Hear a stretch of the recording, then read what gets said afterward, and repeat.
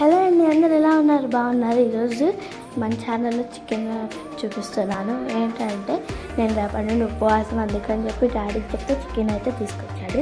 చికెన్తో పాటు ఉట్టి చికెన్ కొంచెమే తెచ్చుకున్నాను. చికెన్ అలాగే చికెన్ ఒకటే కాకుండా నాకు ఎంతో ఇష్టం అని చెప్పేసి డాడీ బోన్స్ పీసెస్ అలాగే గుండెకాయలు అయితే తీసుకొచ్చాడు.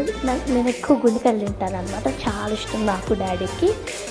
గుండెకాయలు వచ్చేసి ఫ్రై చేసుకొని చికెన్ పులుసు పెట్టేసుకొని అండ్ బయటకు వెళ్ళాడు కాబట్టి డాడీ ఎస్పీ పానీపూరి తీసుకొచ్చాడు. సూపర్. మా ఇంట్లో ఎవరికైనా పానీపూరి, అది కూడా ఎస్పీ పానీపూరి పడితే కాదని కూడా తినేస్తాం, అంత ఇష్టం.